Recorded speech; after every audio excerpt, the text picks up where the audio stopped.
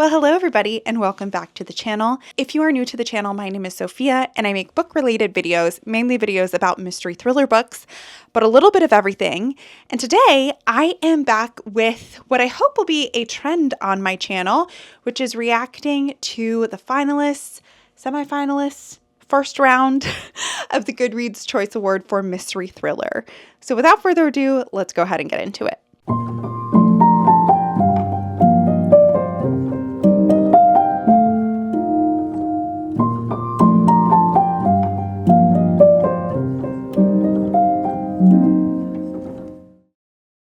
So this is an award that I have been following for a long time. I've never made a video about it, but I always kind of look through what is selected, look through what I'm interested in, and usually mystery thriller is the category that I'm most intrigued by because it is what I read the most. Every year they release a list of 20 books for their first round, and then it gets narrowed down to 10 and then narrowed down to the winner. So on November 11th, I believe this year, they released the 20 for mystery thriller, and I was not surprised to see that I knew a lot on the list, and I kind of took a quick glimpse, so this isn't a full-on never seen the list before reaction, but I haven't really thought through it. So I thought it would be fun to piece through these together and go through what I think of all of these nominees, which ones I've read, which ones I'm interested in reading, which one I would vote for so far, and kind of going from there.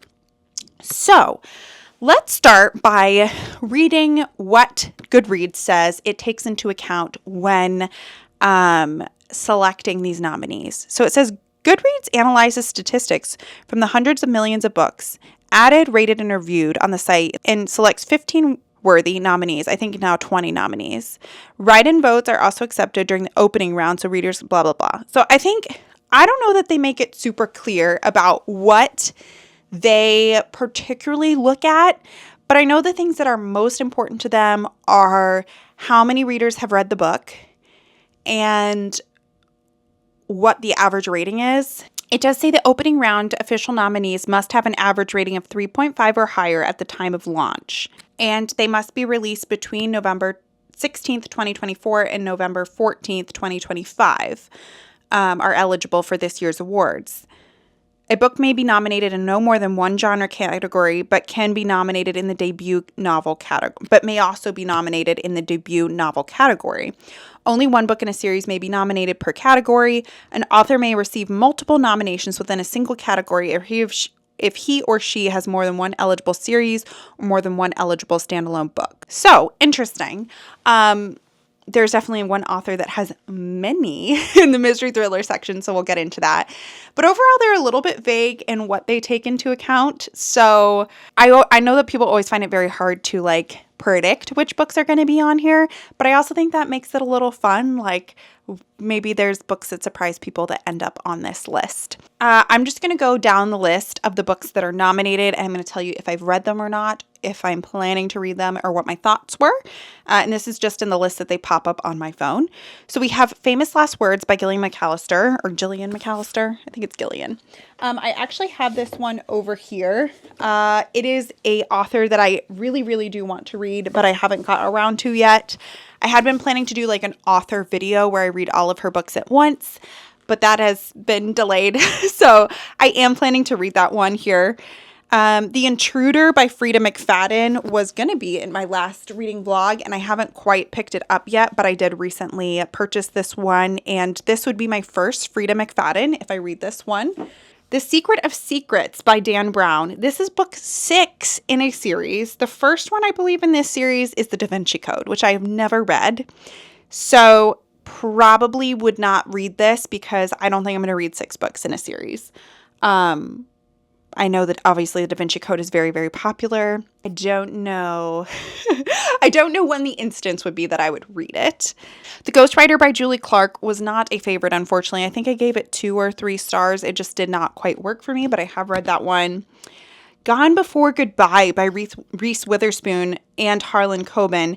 This was a recent release, so I think kind of snuck onto this list and a lot of people didn't really think about because it was so recently released, but I've heard decently good things about it. Don't Let Him In by Lisa Jewell. I don't have this. I've been wanting to read the last Lisa Jewell, which is None of This Is True, but haven't gotten around to it yet. These two I don't believe are related in any way, so I would be interested in reading Don't Let Him In. Forget Me Not by Stacey Willingham. My girl, the author of one of my favorite mystery thriller books of all time, All the Dangerous Things. I did read Forget Me Not and I gave it 3.5 stars and really enjoyed it. So happy to see it on this list. The Tenant by Frida McFadden. Again, Frida McFadden, there's one more on this list. So she has 3 nominated books. So I don't think she's going to win because she's going to split the vote. But I'm a little shocked to see an author have 3 on here, but maybe it's great. She writes a lot, so certainly she has enough material to be nominated. But I haven't picked that one up. I probably will read The Intruder first, see what I think about it. If I enjoy it, maybe pick up some more of her work. We are not guilty here. Yes, yes, yes, yes, yes. Sign me up. Have it right here. Gave it 4.5 stars. Absolutely loved this book. And probably, if I'm remembering correctly, would be my vote. It is the first book in a small town mystery series and is absolutely phenomenal. And that one's by Karen Slaughter. We have Vera Wong's Guide to Snooping on a Dead Man. So this is the second book in the series. I want to say that this has more of a cozy mystery angle. I haven't read the first book, but I would be interested in picking up the series, but I'm not going to probably read this one in time for the awards because I haven't obviously read the first one, and I probably will want to start with the first one. The Perfect Divorce by Geneva Rose. I read The Perfect Marriage during my wedding week and did not like it. I gave it 2 stars. I thought the ending was not great. This one obviously is the second one in the series. I do not plan to read this. I didn't particularly resonate with her writing, and I didn't love how this mystery was put together and written, so I don't think I would read this one. King of Ashes by S.A. Cosby, I also have on my shelf.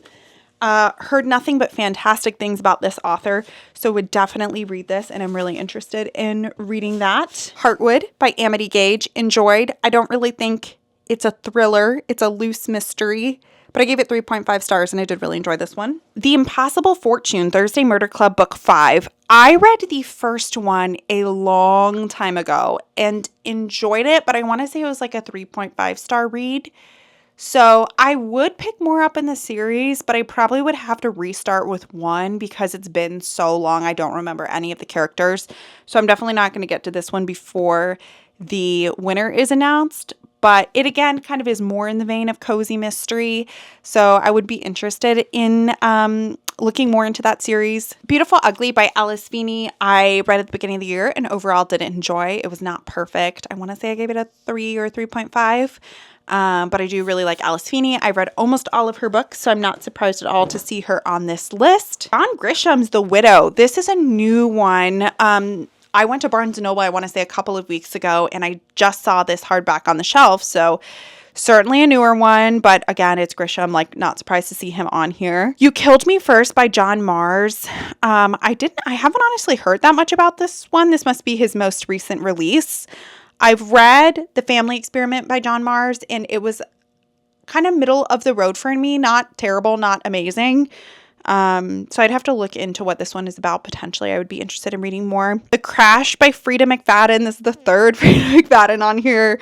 Again, I probably am going to start with The Intruder. I might read it if I really enjoy that one. And then the last one on the list is Not Quite Dead Yet by Holly Jackson, which is right here. I gave this a 3 stars. For part of this book, it felt like a 5-star read, and part of it felt like a 1-star read. I believe I do have a review on my channel, so I'll link it up above if you guys want to hear more of my thoughts. It was fine. It wasn't my favorite.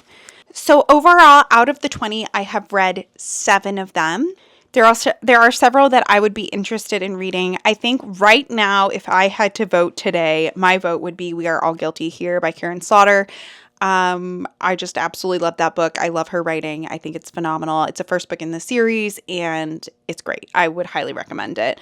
And I will link my review here for that one.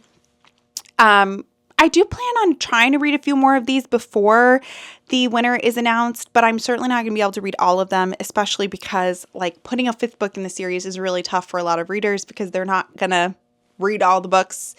So a little salty about that, but I will try and read a few more of these before the winner or the finalists are announced. Do let me know if, first of all, how many you have read from the list, which is your favorite, which you'd vote for right now, and if there are any that you would like me to pick up before the winner is announced. I would love to know. And with that, I will see you guys very soon with another video. Bye.